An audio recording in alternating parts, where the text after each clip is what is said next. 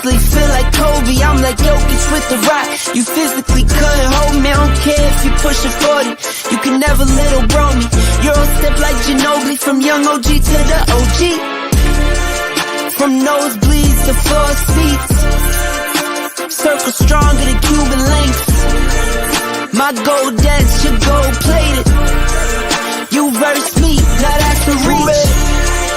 We ready? Who ready? All right, well, good evening, everyone. Welcome to the One-on-One Sports Show on the BMU Network.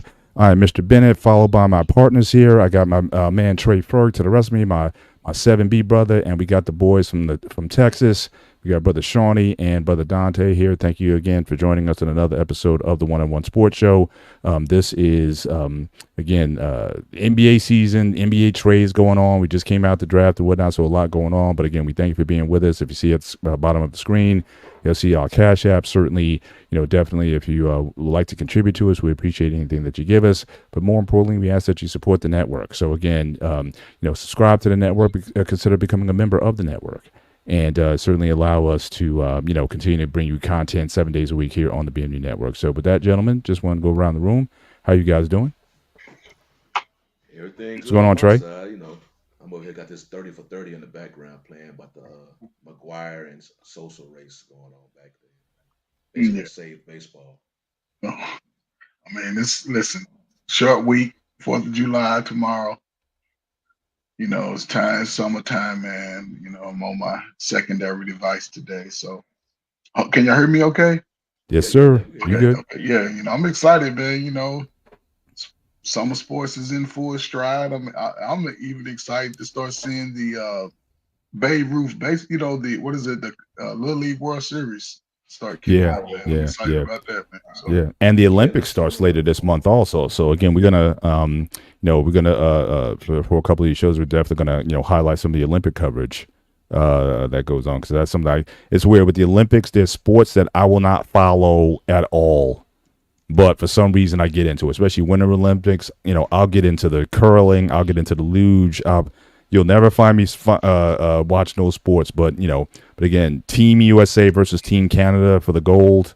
There's like nothing like it. I mean, that's like the ultimate in terms of the Winter Games and whatnot. So yeah, so I get into it, when all that stuff's on the line. But definitely, we'll get a chance as the opening ceremonies starting up soon. That we'll add that to our July coverage, and then in August, what that means, we're back in football season. So a lot to cover.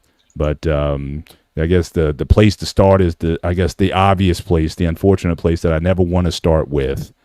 Obviously, we had arguably the most boring NBA draft in NBA history last week. I mean, think about it. The top 10 players, did anybody really know who these guys were? I mean, it was so, such a bad job marketing these players. There was no anticipation. I mean, last year might have been the last year you had Wemby coming out because again, they were following him for months.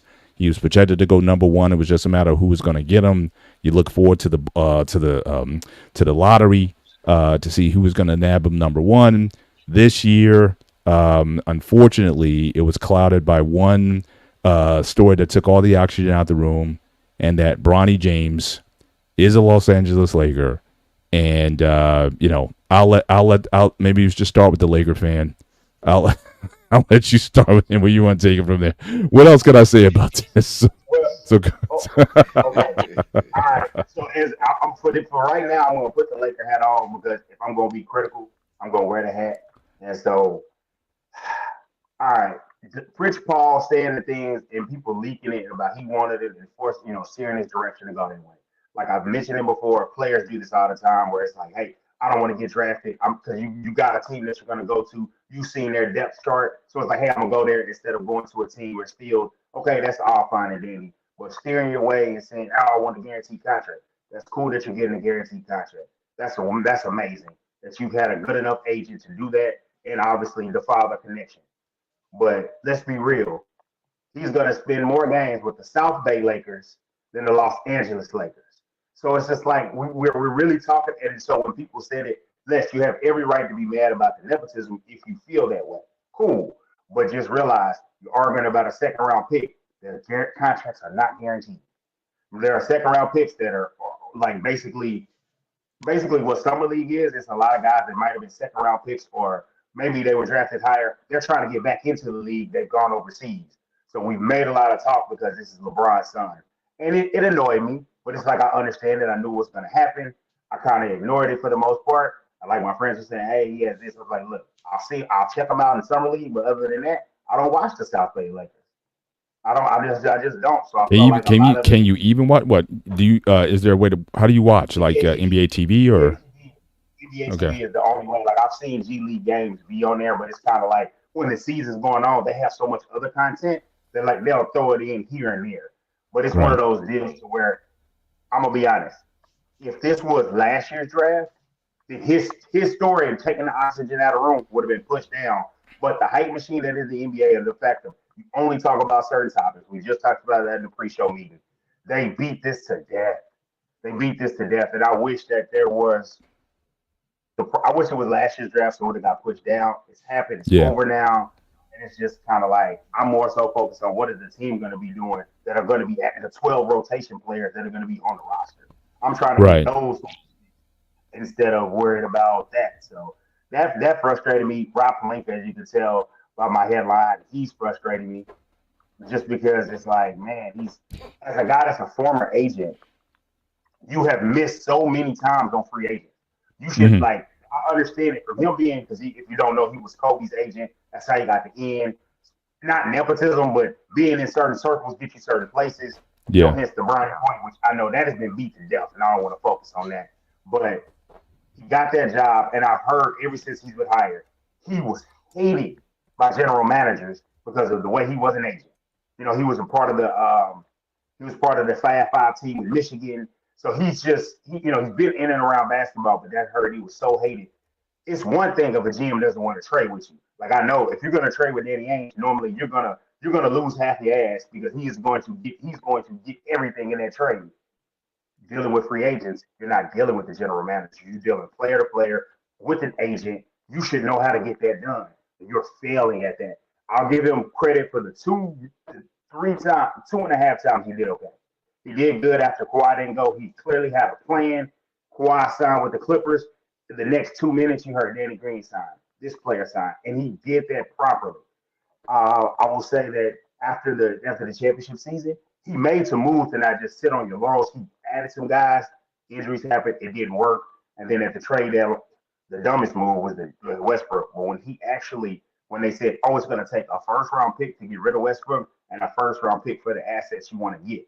For him to trade one first-round pick and then get Rui Hachimura in a second-round pick in a separate trade, but to get D'Angelo Russell, to get Vanderbilt, to make those moves and then make the conference finals, I got to give him credit for that. But the player options that he's giving players that don't deserve them, that don't need them, those things like that should cost him his job after this season if they don't turn it around. It's been bad from things like that. They have all these cap restrictions. It's a whole spreadsheet of things you can't do if you meet a certain levels on the tax. He signed these players that are veteran minimums. You can't package guys in veteran minimums again, only one per trade, and you got two of them that you don't need that they didn't need a player option. Only one of them maybe, but they didn't have a market, and it's bad how he's been, and it's real frustrating as a fan. It's real frustrating. Yeah. And again, they're continuing to make moves. I think today, there's a couple moves that are keeping them at one. So I guess they're filling out their coaching roster. So they're bringing in as assistants to JJ. So they got Nate McMillan and Scotty Brooks. So these are, not legendary coaches, but certainly veteran coaches that he's going to have on his bench. Again, I don't know what kind of look that is. I don't really get into the coaching stuff too much, but the idea is this almost like, is this kind of like the NFL where you have your main quarterback, but then you have your backup? And these days, they say if you have two quarterbacks, you don't have no quarterback. So is this kind of thing where you got both of these guys who've been veteran in the league, have playoff runs and whatnot? Are they going to be the ones, quote unquote, coaching the team? Kind of like back in the day. Again, Larry Bird's my favorite player. but he wasn't the quote unquote coach of the Indiana Pacers right there. And that was, Scott and all these other guys who were, on his bench who were like the main coaches there. So do you think this is, they made such a hoopla over hiring JJ, but now you're going to have these veteran guys who, who knows, they might have coached under him at some point. Now he's the coach. Does this make JJ look good, or is this kind of like a security blanket to say, hey, here we hiring JJ, but just in case it doesn't work out, does he have to be looking over his shoulder when you got those veteran guys on your bench who, again, both had long careers as NBA head coaches? What do you think? I don't think it's that. I think it's more so this guy has never coached at any level. You need somebody to kind of be able to show you how some things are. And to be honest, it's not the coaches. If we're gonna be honest about this, and I don't take too many unnecessary shots at LeBron. But it's like if you're a coach of LeBron, you're already always on looking over your shoulder and on the hot seat, whether it be an assistant or whether it be someone else. So it's just one of those deals. There's been a lot of coaching turnover when he's been, on teams. That's a fact. That's not hating, shade, or anything like that. But I think it's more of from what I've heard, JJ has the basketball mind, so like the podcast and everything. I could see him drawing up offensive plays, but let's be real. How many of us was knowing him as a defensive player and prospect? Somebody else is going to be running the defense for the team. That's a clear but you got to be realistic about as a coach. You can't look at a coach what he did as a player. All players that become coaches, all of them have coaching strategies. This is just about designing your play and having the players to execute it. Well, it's some coaches that never played the game of NBA, but yet they're good defensive coaches because it's about your scheme set. It's not about, whether or not you can really play defense or not. You know what I'm saying? He has to be able to make the big call in the big moment. That's where those other coaches are going to be able to.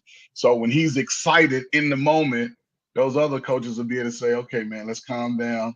Let's focus on the task at hand. But I don't know if y'all know this, but Bronny signed a 4-year deal, and LeBron re-signed today. So LeBron James 2 years, $104 million max deal with the Lakers. So that was the nugget. I mean, I think he tore up his former contract, and so he's going to be there for a minute. Now whether or not he gets to play again, if Bronny's going to be in the G League, yes, I said that. Just because the experiment in Phoenix did not work. I'm sorry. I thought Booker and KD, I thought they'd be a lot better than what they were. But they just haven't been able to get anything going. So that's I think that's a failed pairing. I absolutely expected Bradley Beal to be hurt because he played so much, and then now it's like his body's just breaking down on him. It's that NASCAR. Yeah. No, I'm not saying it's new to the league. It's just one of those deals where it's like, if I'm trying to maximize the end of a great player, I would have preferred an experienced coach that knows what he's doing more so than you hiring back-to-back inexperienced coaches. Yeah. It's really not so much about JJ Redick. It's about everything that's happened basically the last probably 10 years of the Lakers. Right. And for everyone that's the Lakers, or LeBron detractor that's mentioned, he ruined the Lakers, he did this. Hey, you know what's going to happen when he comes to the team. He's going to want you to put the assets and the chips and push them all in. He's going to want that. But at the same time, the previous 5 years before he got there, I think it was the worst record in the league. Right. And it's just like, I can't be mad at them for going for it. It's just that some of the ways we got here, Frank Vogel being fired. But he had Frank Vogel being hired when it should have been Tyronn Lue, but the $1 billion and the great brand of the Lakers franchise didn't want to give the man the other year on his contract. The Clippers did, and he's not the coach. If Tyronn Lue is here, we're not having this conversation right now. And more than likely, I think that there would have been more and play with him. Like, I love the clip where he was telling him to shut the hell up or whatever he said. And it was just like, look, man, I'm over here trying to draw up this play.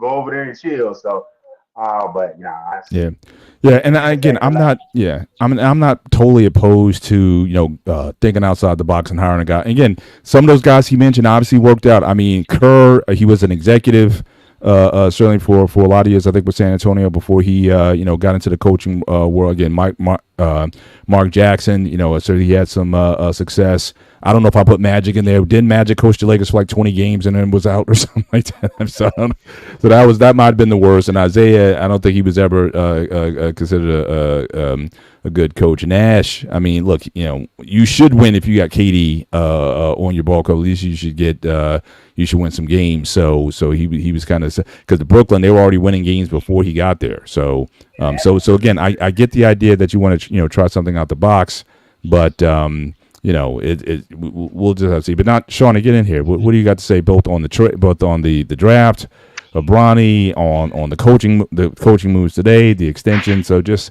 summarize your what you've seen about the Lakers, the moves that they made certainly over the last week that have certainly taken a lot of the oxygen out of the room. So you can go ahead, sir. Well, I guess mine is I look at it like, you got Bronny himself being drafted, period, and then the whole conversation related to that with the whole nepotism and all that. So with Bronny, I basically you had what's his name, the agent, Rich Rich Paul. Paul. yeah, Rich Paul. He behind the scenes calling teams don't draft Bronny. Yeah, I Let him heard go to that. Yeah. Australia. So he's playing that part. Agents do that, and whatnot. It he ultimately end up with the Lakers. Um, was he the best candidate for the 55th pick?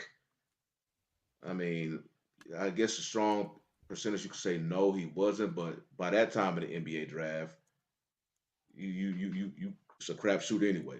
Most likely, the dudes ain't gonna make the team. They're gonna be G leaguers anyway, which is exactly what Bronny's gonna be. He's gonna be a G leaguer.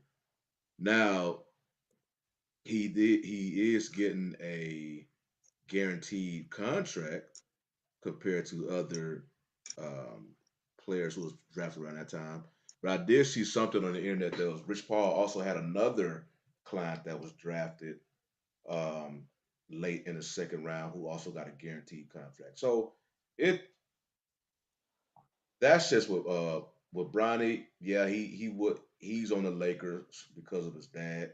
No different than Thanasis being on the Bucks because of his brother. He just at the end of the bench. Now with the whole nepotism thing, I guess it's obvious because my whole thing with the Lakers is it's not really about them drafting Bronny. It's just how they've been moving um, throughout this whole off season with the how they.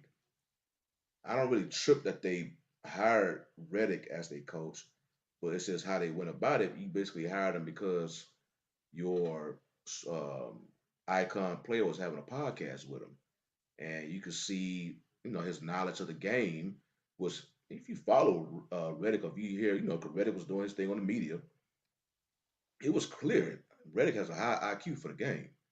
But the podcast just opened up a new avenue. Hey, we can make this dude the head coach, even though he has no coaching experience. Now, I know there's, traded showed a list earlier of various coaches that was also had no coaching experience that was hired. Steve Nash, one of them. Steve Kerr, another. But I guess it's just how Reddick got this job via a podcast that he was able to do with LeBron James, who really don't do podcasts like that besides his own the shop. So, but he got it. He has a people respect his knowledge of the game. So it's gonna be interesting to see how the season goes. Now the Right. whole nepotism thing with Bronny and the Lakers, yes, I believe nepotism played a part in because obviously he was drafted because his dad, but Hmm. it's not the only place that we saw nepotism. Right. Now I saw some people was trying to make. Hell, I even heard Ryan Clark mention about it about nepotism, and he used the Dallas Cowboys for example. Reason I don't because and there was somebody I was talking to on the internet. It was the Dallas Cowboys, and then they used the Atlanta Hawks. So I don't know if y'all familiar with the Atlanta Hawks. It was a group that ultimately purchased them. I think in 2015. And there's one I forgot his name. The owner who became the principal owner of the team. They already had a GM that was working with the Hawks, and he was doing a fairly good job. He was properly building the team, but he got tired Danny of the Ferry, wasn't it? owners. Huh? I think it was Danny Ferry, I believe. No, it wasn't I'm not Ferry. mistaken. It wasn't It Ferry. wasn't Ferry? Okay. I was He's thinking the of a different current guy. principal owner of the Hawks, and he had his son. The GM at the time was getting tired of being undermined by the son, Mm. so GM was let go, and then the son ultimately took the GM spot, and you had the better. He's not, and then the Hawks being the Hawks, they haven't really been doing anything since. You let go of a decent GM for your son to be in that spot, and he's not definitely not qualified, and he's doing a worse job. That to me is nepotism. Now with the Cowboys, Jerry Jones bought that team straight out. It was his team. So now he never hired anybody else outside to do a job as far as the front office. It went directly to his family. So to me, that's no different than you owning a family business, because that's exactly what the Cowboys is now. It's a family business. They keep it in the family. I'll use an example as a barbershop, and then you passing the barbershop on to your son. So it's going to be passed to Stephen Jones if something happens to For Jerry. sure. So I can't really say that's nepotism because there was never nobody else in that GM spot. It was always held by Jerry, and then the next position of power was always Stephen Jones. And then as soon as something happened to Jerry, Steven tipped up. So now the outside, you could look at it and say, like, this dude is more qualified, this dude's more qualified. But I can't really say nepotism for that Right. franchise Shit. because it was always a family business. It was nobody that overstepped to get it. Right. So You Yeah. damn Dallas fans, boy. Come why you on, blame it on the man. Cowboys? Come on. It's a Look, you can family game. Look, owned the business. Cowboys. Look, It's a well, who family started? Hang owned on. Come business. The on. New Come York on. Yankees, the Steinbrenners still own the Yankees. So yeah. I'm not hating on the nepotism. That was the fact. This whole story, it was never about the nepotism for me. My Yeah. thing, again, my biggest criticism was with the NCAA, and again, it seems to be losing influence.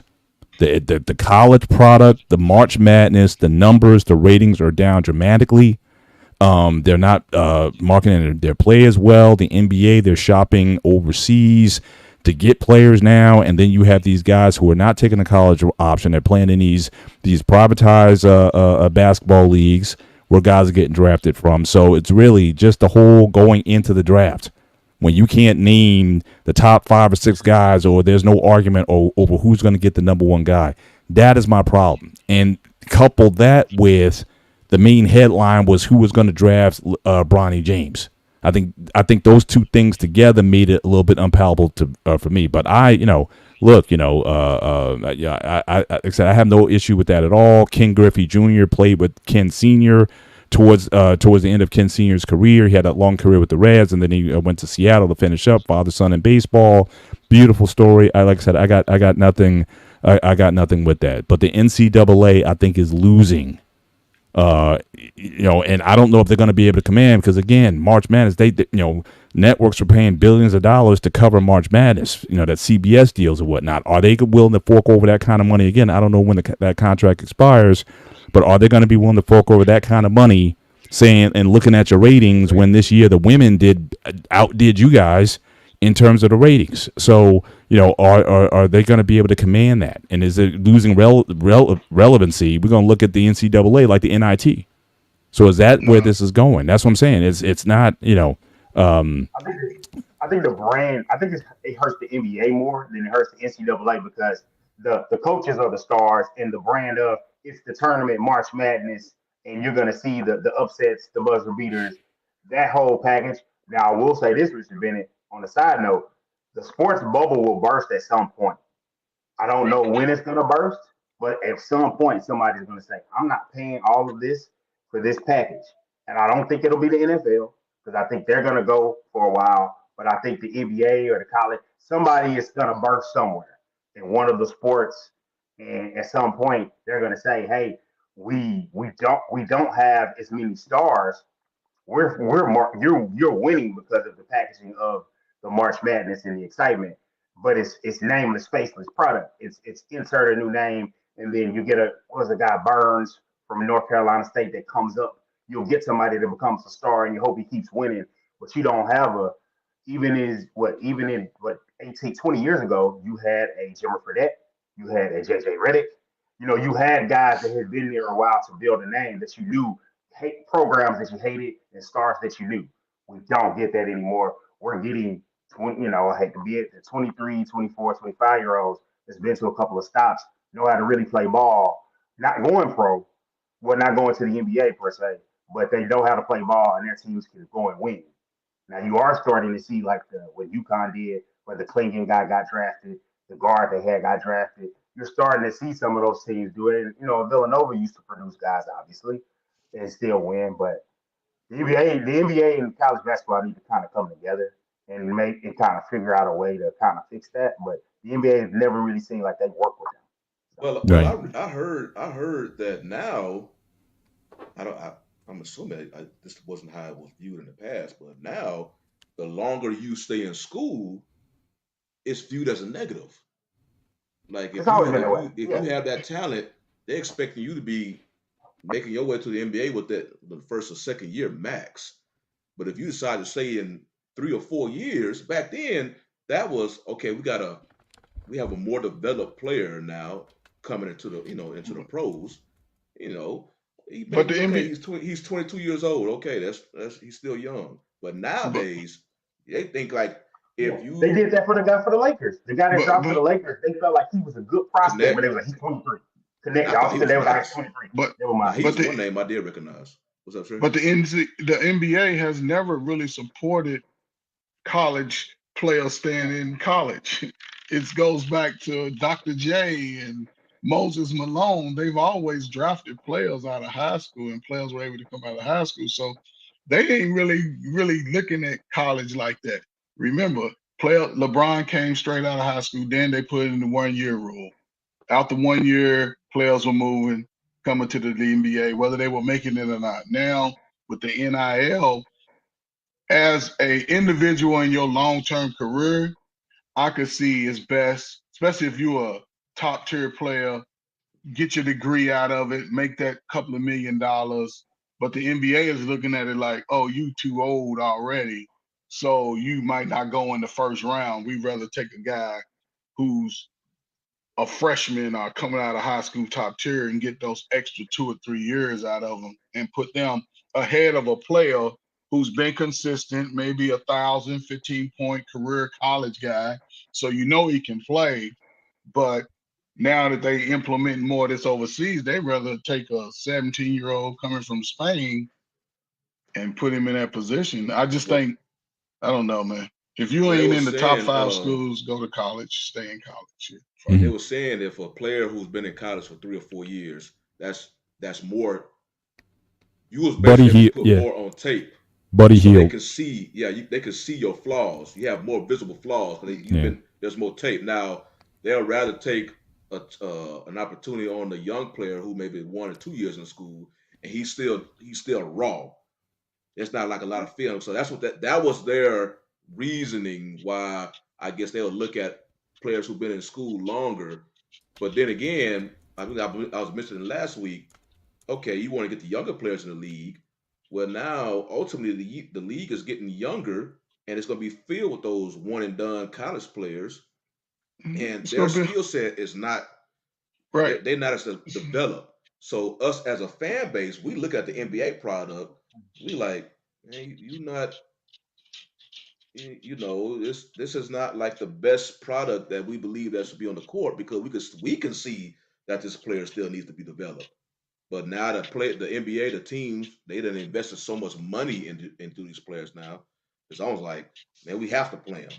So now you're seeing us, we could see that this product, like compared to like the mid 2000s, right? We can see that this product now at 24, as far as player by player throughout the rosters, we can see like these dudes are not as skilled or they're not as developed as players used to be when they came in the league. And that's where they play. I think over the course of the next 20 years, you're going to see less and less players drafted out of colleges. Correct. Yeah. Like I said, the birth of these leagues. Yeah. Because the first thing I saw was like, I know when the ball family was out And then he started that league, and then you started seeing all these other. I'm not sure. I don't think they were the first ones. I'm saying there were other leagues, but I think it's like when they started their league, and then you had I think one of the sons who didn't get drafted. I guess he had to play there because he kind of messed up his career, with the China incident. But I think that's going to be more and more of an option because you're talking about top 10 players coming out of these basketball leagues or out of these basketball out of these associations now. So I think they're going to get a smaller slice of the pie. But like I said, in terms of the product, in terms of watching it, people just don't have time, especially with the NFL now. People just simply do not have time to be into with college football and professional football. Taking the air out the room. You don't really get turned on in college until February, at least when you start playing your conference schedule. And, so again, they're really going to have to do some work there. But the NCAA will never go anywhere, Mr. Bennett. It's going to always have a strong backing, a strong standing because it's about the college student. It's not about us watching on the outside. It's about those college students. That TV deal? Yes, it is. That they're gonna always get a TV deal. You can best maybe not as big. Maybe not as big.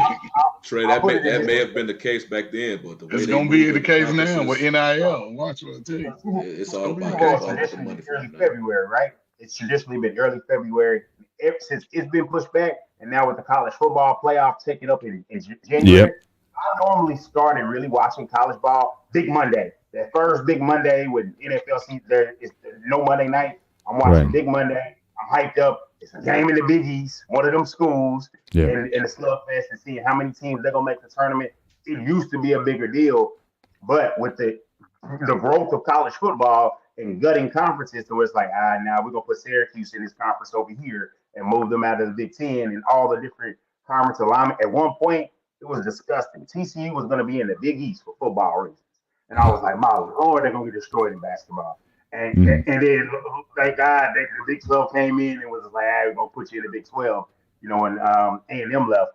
But it used to be a bigger deal. It's still going to get there. But I think what we're going to see is when guys do go, if they go to those leagues, you're going to see leagues prioritize the college guy over those. Like, we know, what's the name?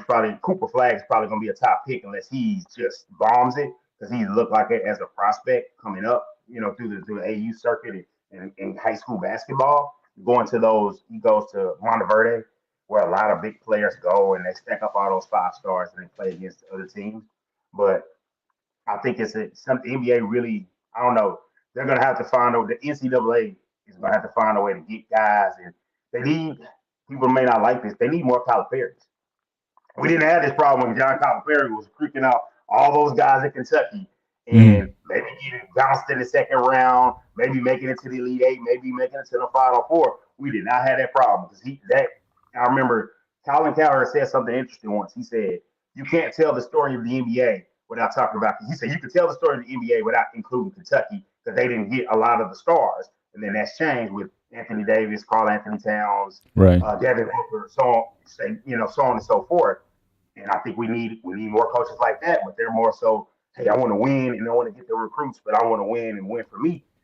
Calipari took a hit, but if you get more coaches thinking like that to get them ready for the pros, I think that'll be a good, that's the way to go. Everybody's not going to win a championship. I got you. Let's stay in the West. Obviously, I guess the next biggest move that's been made, and also this is almost like a retrospective on the Splash Brothers, the Warriors. I don't know if you want to call them in today's NBA, would they be considered a dynasty? Would you call the Warriors from 2015 to 2022 4 championships in an 8-year span? Would you 7-year span? Would you consider that a dynasty today?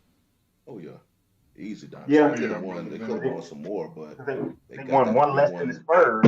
Right, and they won it back-to-back in there, and they won it back-to-back because I know the Spurs, for a long time, they were saying the Spurs weren't a dynasty because I don't think they ever won back-to-back. But the Warriors, obviously, you're breaking up the trio, the trio of guys there.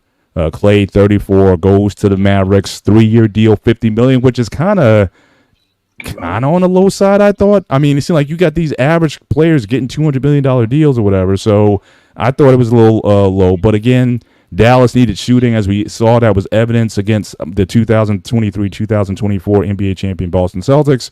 So they obviously need some shooting there. They got some shooting now. Yeah, I'm gonna troll this just for a little bit. So they got Clay. So how do you think this helps the Mavericks? Honestly, I think Denver's will be back next year. I don't think this necessarily shifts the balance of power in the West. I still think the Mavericks. You got Minnesota. I think they're going to be better. OKC. I know they bolstered. Got some big help as well. So what do you think of the trade, and then any retrospect you have on the Splash Brothers, on the Golden State Warriors, that dynasty run, since it's officially, the Beatles have officially broken up.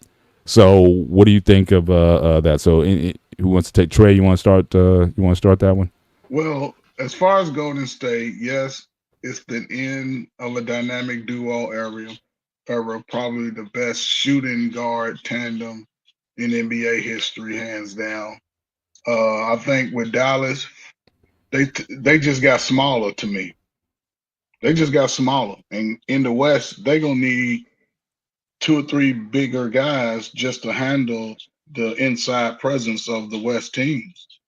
Um, it's great, Kyrie can handle, Luka can handle the ball, Clay. He's definitely one of the best spot up shooters. But as far as inside size, I see him no better than how did they get fifth. smaller? Trade was about giving up Derrick Jones. Because you gave it up. You gave up Derrick Jones, who can at least block shots and rebound for you. Now you got, if I look at a starting five for Dallas, I look at Langley, Washington, Clay, Luka, and Kyrie. That's small as hell. Clay ain't gonna get you no rebounds. Langley, he by himself beat PJ Washington. He's shooting the jump shots that Clay's going to be shooting. So I just think they're too small. They don't really have no inside. They need to get bigger. I think they should have Gafford coming back. He would definitely, him and Lively make a good dynamic duo for the big man. So who goes to the bench? Washington? Well, I think no. They did. What's his name? Then they got rid of Hardaway Jr., didn't they? Correct. Yes, they got size back. They got size back. They got. I'm looking for him now. I always forget his name. He came from New Orleans. Marshall. Najee Marshall. That's who I was going to talk about. Your size right there.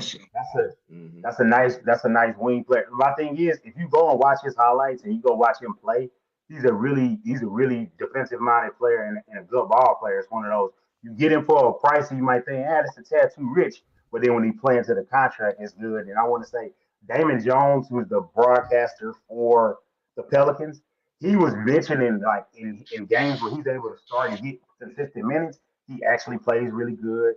He can shoot the three pretty well, and he's a quintessential 3-and-D guy. So you replace Tim Hardaway Jr. and you get Klay Thompson, who the defense not as much, but he's a more consistent 3-point shooter in his career. I think last year he was 38%, and he's a more consistent shooter.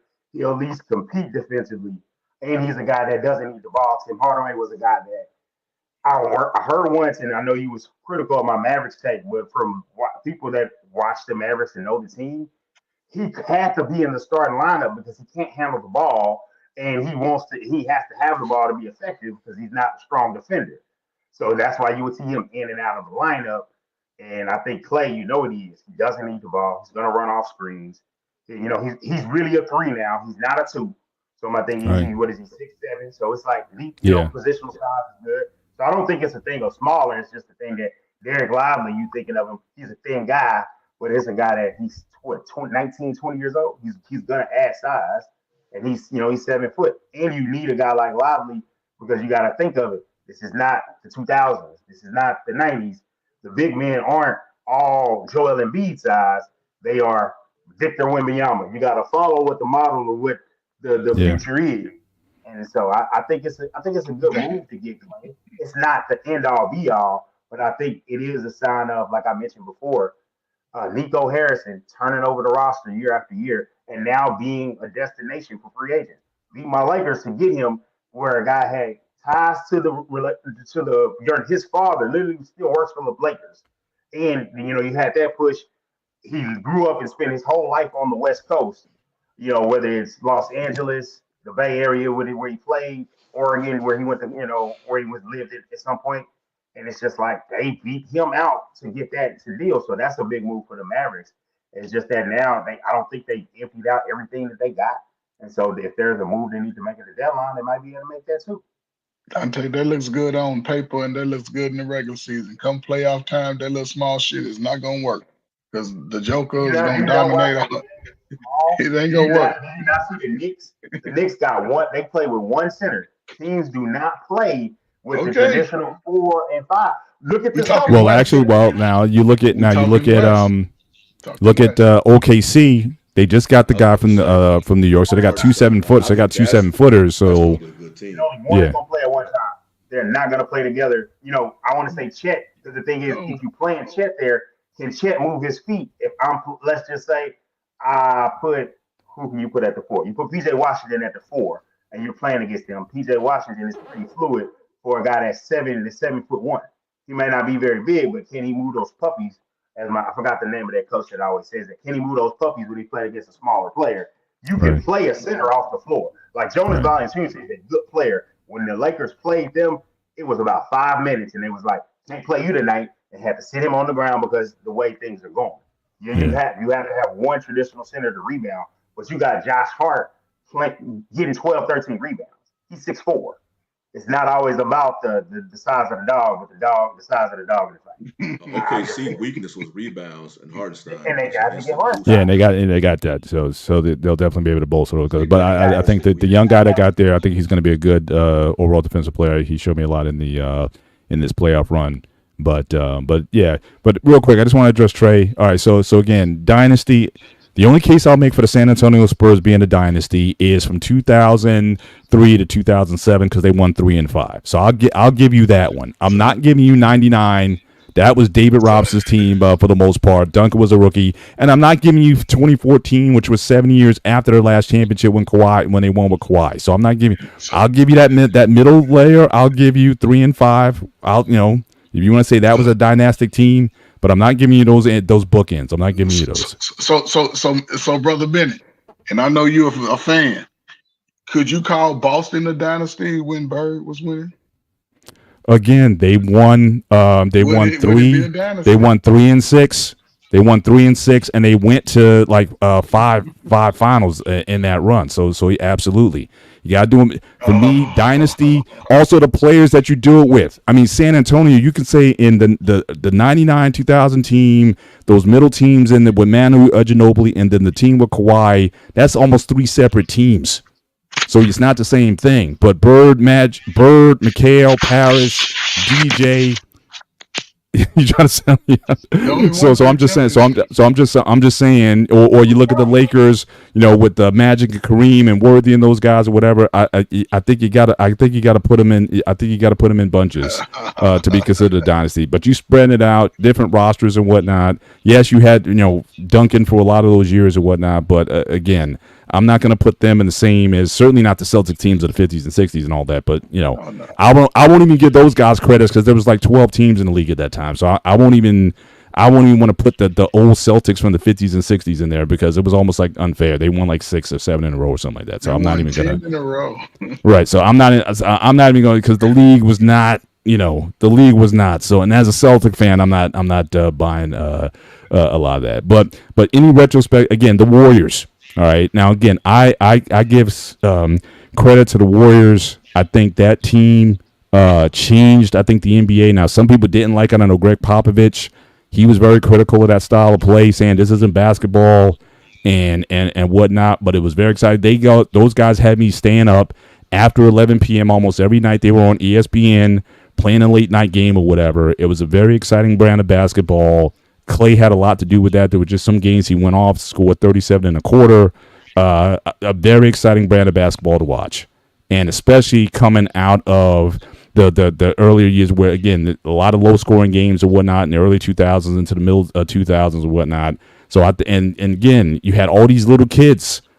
All of a sudden, they were wearing Steph. And I know Steph is coming back, but he's going to be like 36, 37 years old, so he doesn't have a lot left in the tank.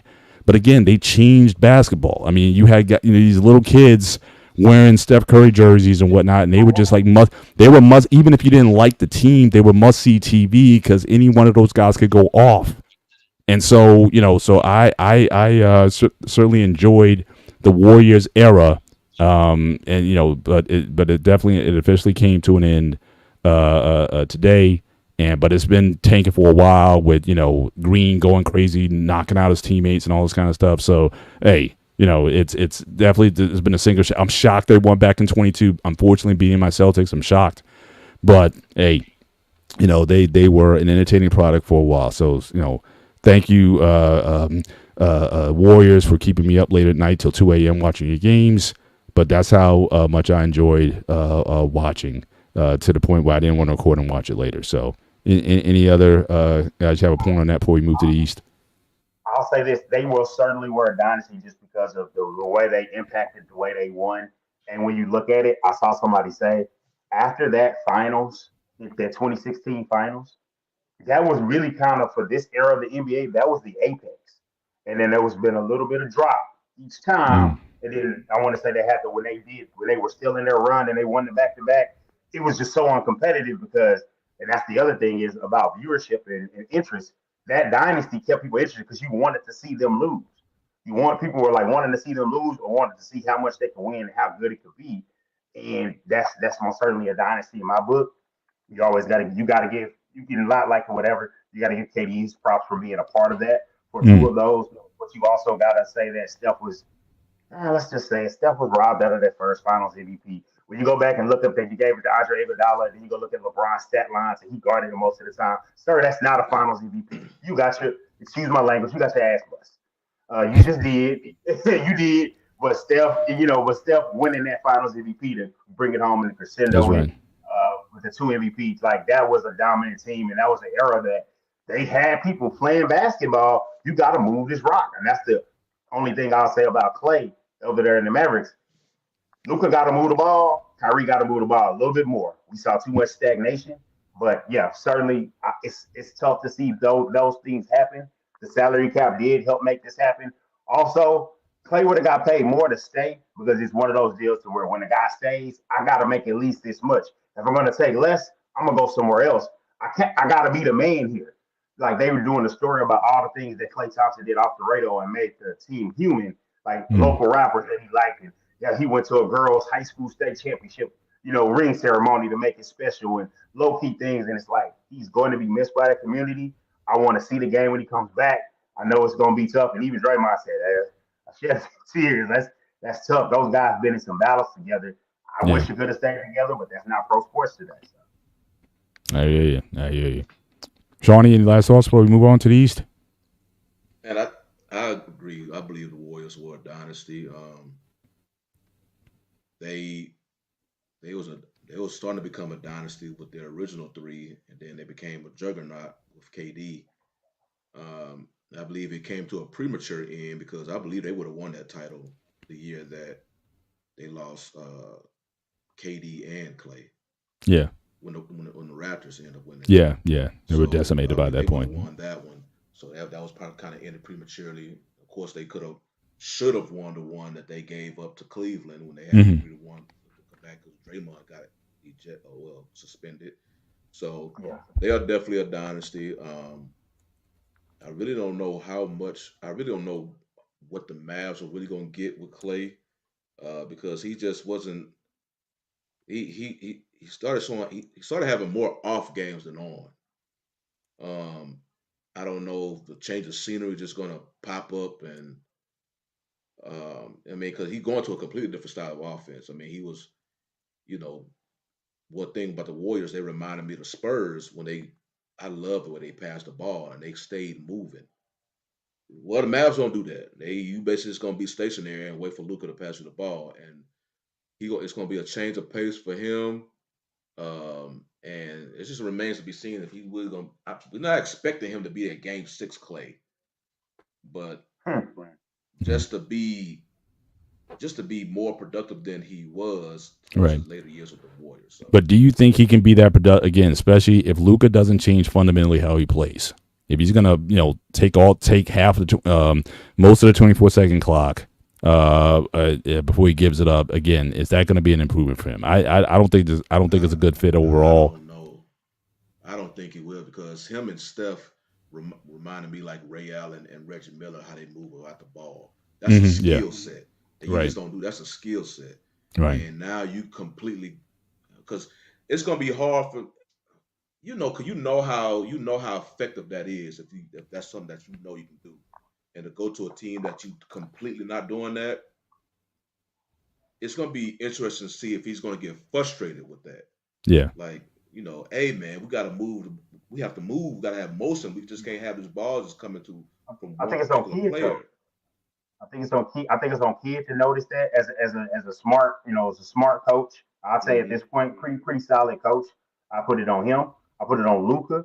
I put it on Kyrie, the main ball handlers, and the coach, just to be like, look, man, we got, to quote Payne Fool, what's the sense of having soldiers if you're not going to use them? Yeah. You got a guy in Clay is a sniper. He's got to run off those screens and catch him. And then the thing is, they haven't played with a guy like that. So now that you play with one, maybe in training camp practice, they're starting to figure out, you know what? Take Luka ISO on 10 pages of the playbook. Man, hurt those out of there and put some plays for Klay Thompson. So I think it has a chance to work out. As of course, like I had a friend of mine that obviously got a lot of Mavericks friends, and they were like, he tagged me in a post. He was just like, when Klay goes 3 for 10 in an important game, and I was just like, so I think Mavs fans know to a degree. There's a level of it, but the name and tied to that dynasty, it's more of a look what we got. And you, especially when you make a move like that, when you just got close and lost, you just got to the finals and lost. To make a move like that, that's kind of like that's encouraging. So we're gonna see. I mean, we're gonna see what happens. I mean, I think a lot of the moves are good for all parties involved. Like Tim Hardaway Jr. going to those young guys up in Detroit. My Lord, they need a veteran there, and they need shooting. They got all the athletes and no shooting. And so, yeah.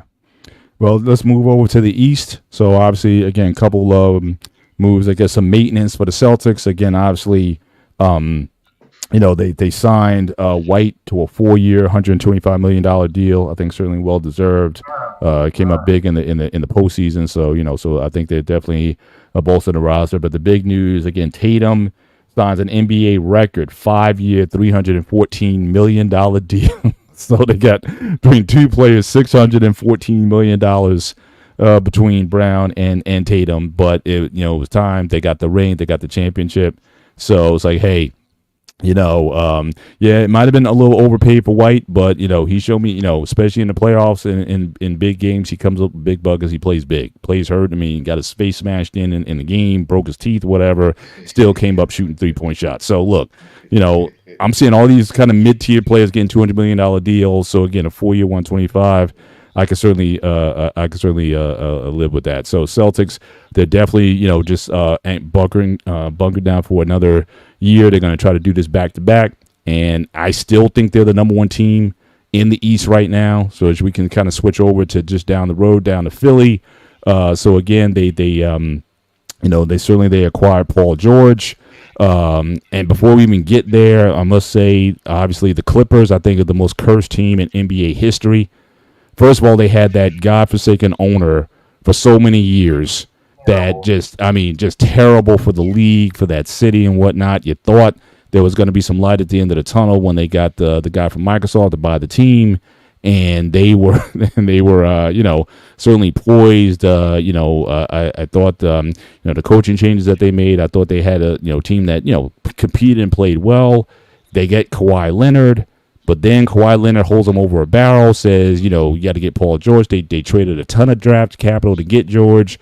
And the only time that, certainly that 1 year they went to the Western Conference Finals, Kawhi, as usual, wasn't there. He hasn't been there for most of this run. So they're just cursed, man. It's just unfortunate that they've, invested so much, bowing, to Kawhi. And just over the last few years, Kawhi just hasn't been shown that he can be a reliable player. So why he gets the love that he gets, I don't know. But it's just unfortunate that, those guys are going to be hurting for a long time. And who knows when Kawhi's ever going to give you a 65 game season, let alone an 82 game season. So, but yes, so Paul George in Philly. All right, so you got Maxey, Philly, and Embiid. George, Maxey, George, and Embiid. So that's their big three. So how do you think this change? Do you guys think this changes anything in the East? So what are you guys feeling about the move? So you want to go Dante on this one? You take it. Yes, I will say this: it's much grief, and I'm not here as a Celtic defender. Y'all know that I grabbed the Laker hat. The East getting better, more competitive to sharpen their knives against them. So when you're going to it, you can go handle one of those juggernauts from the West. But the fact that Philadelphia, they went with the old model. The three-star model is not what you really go with anymore.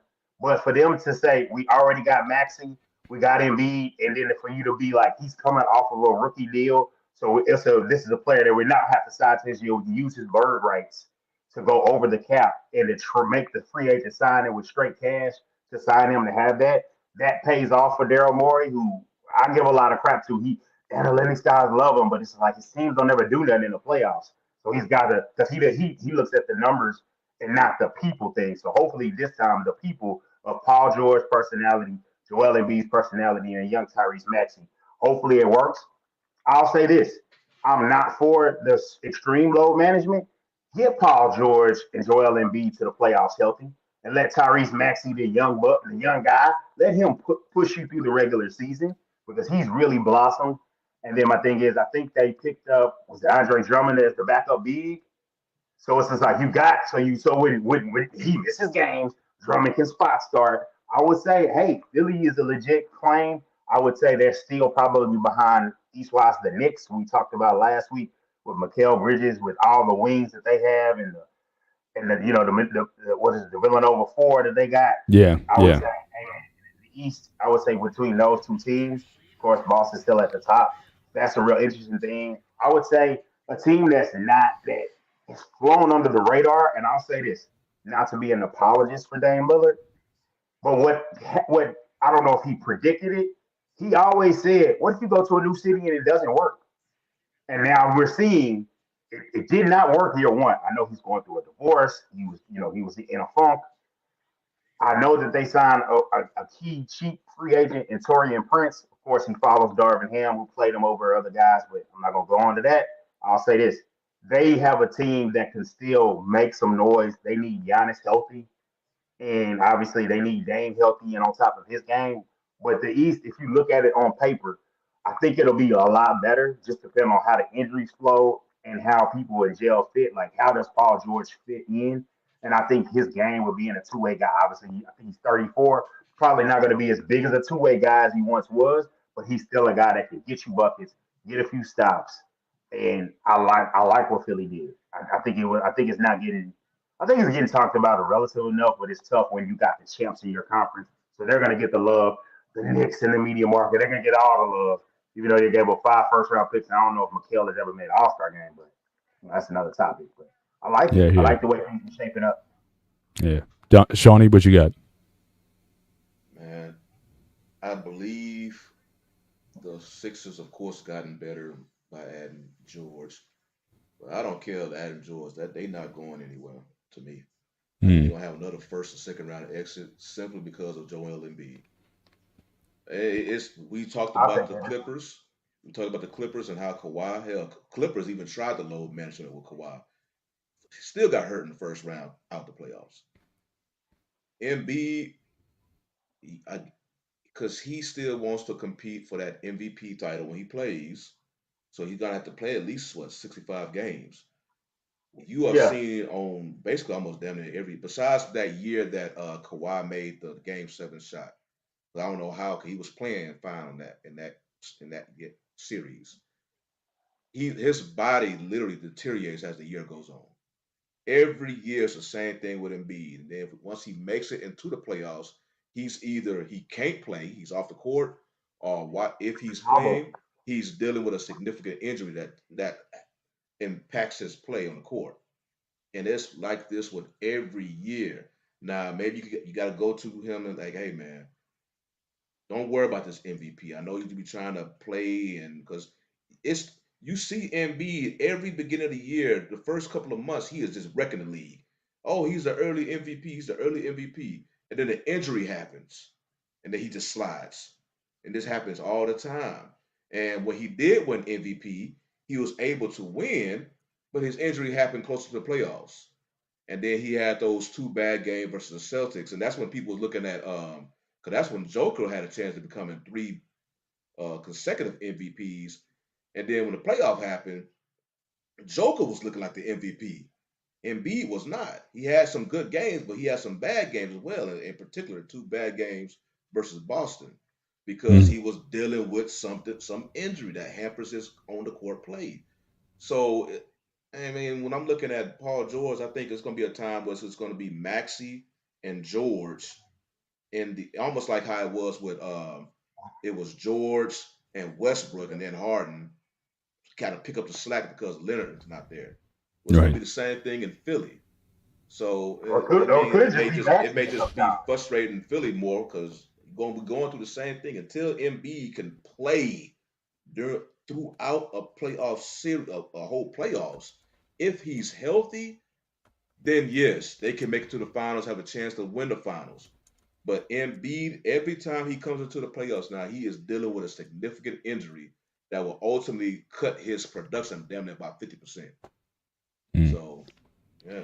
All right. So Trey, what's your take on the shift in the East here? How do you think this bolsters Philly? Where do you project them to go? How do you like to move?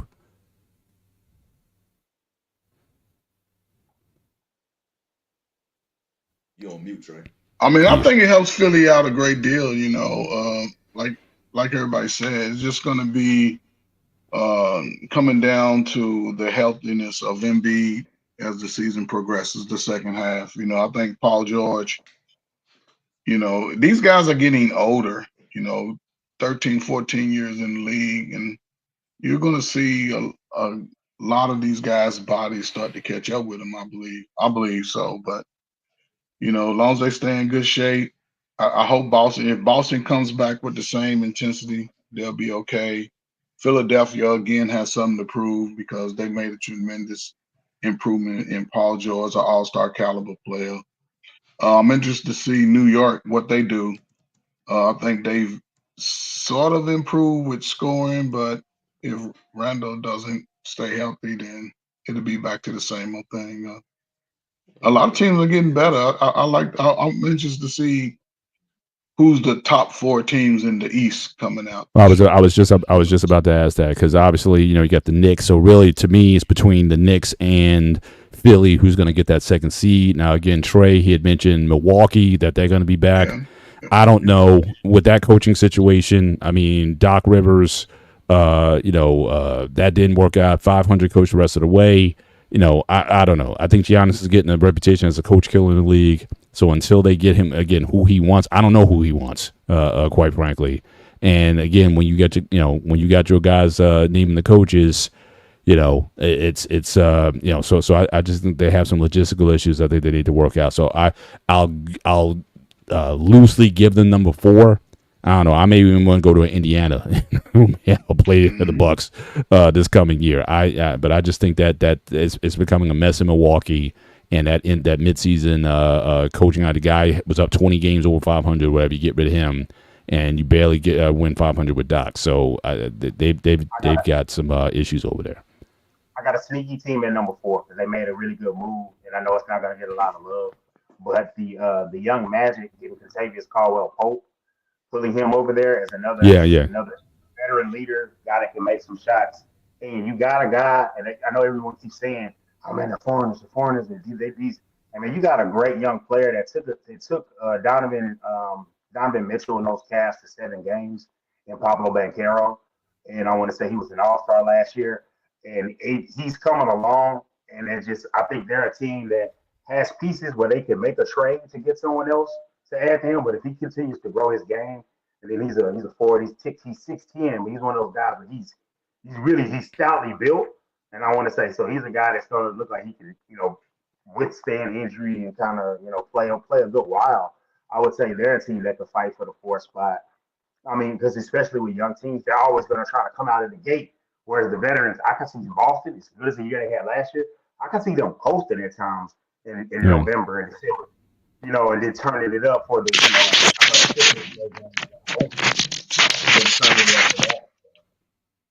Yeah, for sure. Sure. Just Shawnee, what do you think about again top four in the East right now with the moves that have been made?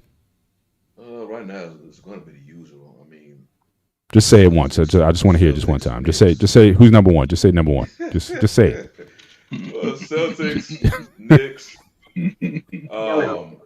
Knicks. Okay, so you got the Knicks number two, or you just naming your top I'm gonna four? go Celtics, Knicks, Sixers. Damn it, I want to say the Pacers, but I do not trust their. No, it's not bad. Like I said, Milwaukee. I haven't seen anything that's making me excited over there. I don't know what's going on in Milwaukee right now, so I don't know what they're doing. Yeah, I may put the Pacers because I think their offense is legit. It can give anybody trouble. If they can show up their defense, that could be a team to watch. A nice young team. So I'm gonna say Pacers. Yeah, I like your selection. Moving into the last parts of the show. So again, this was very heavily because of all the moves with the NBA draft.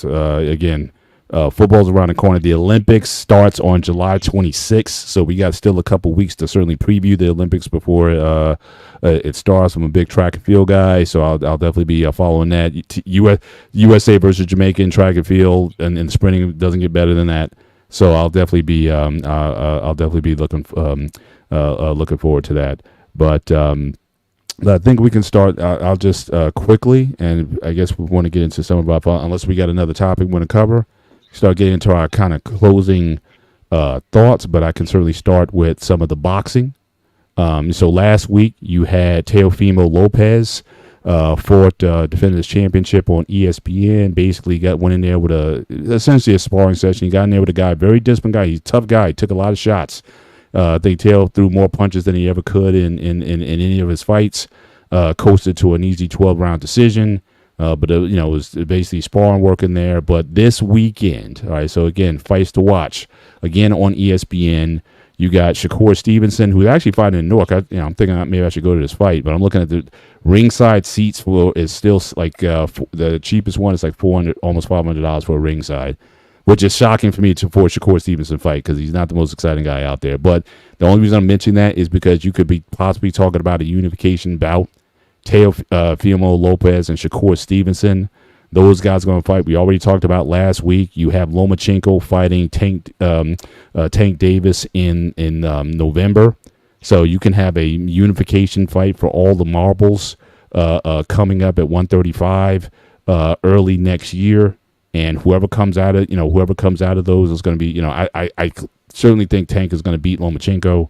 I think it'll be an exciting fight, but I think Tank wins by knockout. But that's going to be a very exciting fight if they can pull that off. The only thing now is Shakur. This fight that's coming up, it's his last fight with Top Rank. So then he's going to be a commodity because you're going to have Top Rank trying to re-sign him. But then you're going to have like Eddie Hearn with the Zone. They're going to try to get him as well. So if he stays with Top Rank, I think the Teofimo Lopez fight, I think that's almost a shoo-in. If not that fight, there's another fighter from Ukrainian fighter who has another lightweight belt. So actually, he's the guy at 135. Teofimo's at 140. I still think it would be an exciting fight if those guys fought, but I think that the path would be, since the guy's also with ESPN, have Shakur unify the belts. Tank and Lomachenko get it on early next year. You get those guys on, and then the winner of that, whoever becomes undisputed, then you got Teofimo. By that time next year, you might have even Haney. He might be back in the. I know he's taking a respite right now, and then later in the year, even next year, you may even have Lion Garcia. He may be back in the ring at that particular time. So again, a lot of action at 135 and 140. Some good fights that I'll be watching and monitoring to see how that goes. But so far, everything is looking on the up and up. A lot of big cards coming up later this month in July.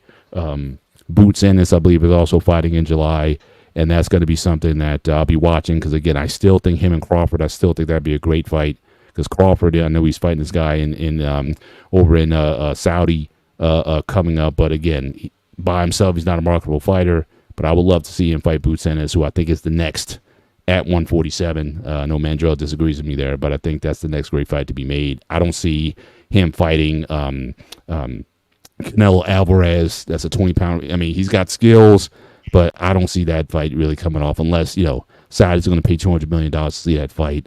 I don't think that's going to be happening anytime soon. But that's the kind of summary on the boxing beat. And then maybe so we could just kind of go around the room. Any sports, any other subtopics that you guys want to share and talk about that we haven't covered tonight, things that might be upcoming that we need to be mindful of. So again, I'll start with I'm gonna save Trey for last because Trey always sends a good message. So start with Dante, and we move to Shawnee, and then Trey. I think you can close us out. I appreciate it because I know I got to cut out of here, but I want to say this just as far as we're coming to farm football, and I want to say obviously I'm a Cowboys fan, and something that happened. I want to say a couple of things I'm upset about the ownership as far as the contracts being there and that looming over the team, and I'm tired of contract talk. Seems like it's always the Cowboys in an evolution state of that. But I'll say that Malik Hooker, the safety for the Cowboys, came on to Keyshawn Johnson's podcast and complained about Michael Parsons having a podcast. But before that, he did mention, he has a podcast. You can do whatever you want on your off day. But if the run game isn't right, where are your priorities? And it's just kind of like, so he's a veteran. You know how those things work. When you sign on to those deals, you're doing those shows weekly. You can't just do those shows every week that you win. Because we complain about Michael with that now. And I felt like he handled it poorly. That's something that should have been stayed behind closed doors directly to Micah. Micah even mentioned it in his response, which I didn't like him responding, but Micah's like 20-something years old. And, and he's been in the league, 4 years? So it's like at that point, you expect Micah to say that. You would want for him to say being the leader. And it's just kind of like, I wish Micah would leave the leadership talk alone. Micah, I don't need you to be a leader. I just need you to go to 15 sacks, play good against the run. Malik Hooker as a veteran, you don't need to say that. Camp is coming around. The people are going to just pump it up so much. I think the only reason that's saving him from it being buried is because the Mavericks are doing good at free agency locally. And then it's still a good ways from camp. Camp is a few weeks away. It'll be brought back up in the camp, and that makes a built-in distraction when you got your quarterback, your receiver, and your star edge rusher looking for contracts. Your head coach is looking for a new contract in that last year of his deal. And, you're coming off of 3 straight, 12-5 seasons, but you can't get the postseason success. I think little things like that, you got to think about the bigger picture and leave that type of stuff alone. And I hopefully, I don't think it's much of nothing, but you don't want it to be anything when it's been a bad off season as a Cowboy fan. No moves being made, and that's just something fresh that you just didn't get. I hear you. Thanks for sharing. Shawnee, what do you got? Man, mine is basically. All right, Take care, man. We'll see you next week. Okay, I thought U.S. had it was created here. Tackle football, American football. Mm-hmm. Because you can't say if you say football overseas, they thought it's soccer. Oh yeah. So now we got these little young bucks down here under 20. They see they apparently getting beat in tackle football by countries I didn't even know that really recognize a sport. They got beat by Japan, and then turn around in the bronze game and get beat by Serbia. I'm like, who the hell I'm trying to look at the roster now. It look like they have a lot of Texas roots. I'm like, this can't be Texas. Not a team performing like this. But I think the head coach from Texas. Then I noticed some other players that many of them down in the Houston area, in the Houston suburbs. But I'm like, man, what the hell? I didn't even know really because I didn't know that tackle football grew to like an international in that way. Yeah. But since you think the U.S. we should have an advantage. I don't know maybe a Mexican team. I know they have some players that ultimately come in the league or something like that. But those were the last two, especially Serbia. And you got beat by Japan, but Serbia, I was like, man, they need to go ahead and cancel this under 20 football team because they embarrassing. Man is promoting the brand globally. I'm And surprised you don't have a Samoan they team because promoting it it seems like every over the year week. I'm saying in the American football should be exploding in the Samoans because every year you got these guys coming out at all these different Goodell don't positions and claim them. whatnot. Goodell So, don't claim them. so I'm just saying, He said that was sent over there by the what's this new the UFL. yeah, They yeah, the but UFL can have them. yeah, for sure, for sure. Brother Trey, what you got for us? Close us out. I mean, two things, man. I don't think we spoke about the WNBA, but shout out to Angel Reese, man, making an All Star debut, mm, setting the rookie record for double doubles, man. So shout out to her and just her fight, for real. and shout out to Caitlin Clark again, All Stars. We're gonna. I'm excited for the WNBA's future just because of those two, just breaking barriers and knocking down doors that we didn't see before. The All Star teams are going to play the Olympic team, so that's going to be interesting. Right, Uh, right. since Caitlin Clark is just an All Star, not a. What Olympian, right. else? I had The something with the summer league WNBA that you starting. just brought up, Trey. The summer league starts, I think, next week. The Olympics Hmm. start. It's a great time for everybody. Just get in shape, man. Exercise, eat better, eat more fruit, stay hydrated, man. It's hot all over the country, man. Drink water, drink water, drink water. Stay hydrated, man. Our health is important. And man, listen, man.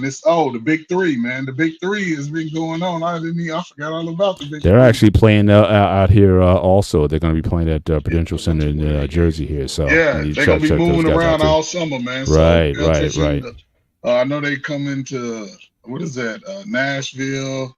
I think uh, I'm not sure the closest spot. It's Cincinnati, something like that. But yeah, they got a nice setup, nice roster, some Hall of Fame coaches, man. So it's gonna be interesting, man. So there's plenty of shit to do. Y'all get outside. Cool. Everybody 15 pounds by the end of the year, man. 15 pounds lighter, man. Healthy. Get your So what's prostates up? checked. Get your Definitely. I don't get everything checked, fellas. Get if you over 45, get that shit checked because we need to be here for the next 50, 60 years if possible. Right. And if you're a woman also in that same thing, you need to be getting yourself checked out also. So again, women don't deny that yourself. But Shawnee, you want to circle back on something? Yeah, real quick, 'cause I know because you remember we was talking about we was really talking about the whole Caitlin Clark and all that. And I think I made a point about the whole rising tide rises all This all boats. ships. Yeah, yeah. Hmm. So, and here's a perfect example of that. So, Trey just brought up the WNBA All Stars. Now, aside from Caitlin Clark and Angel Reese, both of them, they the top, a part of the top five vote getters. So last year, Asia Wilson, Brianna Stewart, and Brittany Griner and Aaliyah Boston, in particular, Wilson, Stewart, and Boston. Wilson finished last year. She was a top vote getter. She had 95,000 votes. Now, this year, of course, Clark is a top vote getter and Reese is number five. But Wilson had last year had 95,860 votes. This year, the number two vote getter was Aaliyah Boston, most likely she's Clark's teammate. But Aaliyah Boston this year had 618,000 votes. Asia Wilson had just over 600,000, and Brianna Stewart had over 400,000. So that alone, compared to Asia Wilson being the number one vote getter last year with just under 100,000 votes, her votes grew up six times, up to 600,000. So this is what we kept saying. We was talking about Clark, and everybody was people I know hating or whatever. When we kept saying rising tide rises all boats. This is now you're getting this perfectly shows just the eyeballs that are now on the league thanks to say Clark and Reese. So there's no need to really hate on them or really put the two together, against each other. The whole league is benefiting from it, and this is just like a little example that's just easy to visualize. Just compared to your top vote getter last year, and all of a sudden she's number three on the list this year, but her votes have grew over 600,000 votes. So I just want to point that out because they it's definitely growing now. You on mute? I'm muted. Just one final note before we get on out of here. And again, we talk about the Olympics and Jamaica, USA, but Jamaica, they're in the eye of the storm right now. There's a hurricane barrel that's going through there now. Now I'm looking at this map that it seems like the trajectory it's on is going to cut through Mexico and it may hit southern Texas. Southeast corner of Texas as well. So Shawnee, Dante, I don't know if you guys. No, I get my map because it's Dallas Fort Worth DFW area. That is that further north or the upper middle of the state, like an hour, a little less than an hour to Oklahoma. So if the hurricane come this way, it's already broken up. But Gotcha. I'm originally from the Houston area, so I just talked to my folks yesterday. I was like, hey, y'all keep an eye. If the storm gets stronger, which it normally does in the Gulf, it has a tendency to kind of curve up. So Houston can be in its path. So I just keep an eye on that because if you have to evacuate, make your way up here. But yeah. We've been keeping an eye on it. Yeah, so certainly for those in Houston, certainly be careful with that, and obviously that southern tip of Texas is always getting hit with something. So, certainly, hopefully folks will be safe over the next week or so as the storm breaks out. Hopefully it subsides by then, so it won't do as much damage. But I still remember that storm from Houston that hit a few years ago, and how that devastated the city as well. So, but for that, certainly I'm Mr. Bennett. He is Trey Ferg. He is Brother Shawnee, and Brother Dante was with us. Again, thank you for joining us tonight. Good discussion in the chat as well. Appreciate you guys coming through. Joshua Jones, as always, stirring it up in the chat. Thank you, sir, for coming through here. He finds his way to be in these faces, guys. But thank you guys for chiming in.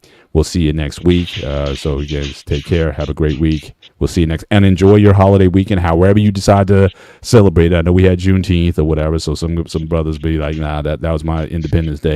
But however you decide to spend the weekend, spend it with your families, whatever, and just enjoy yourselves. So hopefully we'll see you next week. You guys take care, and God bless. Peace.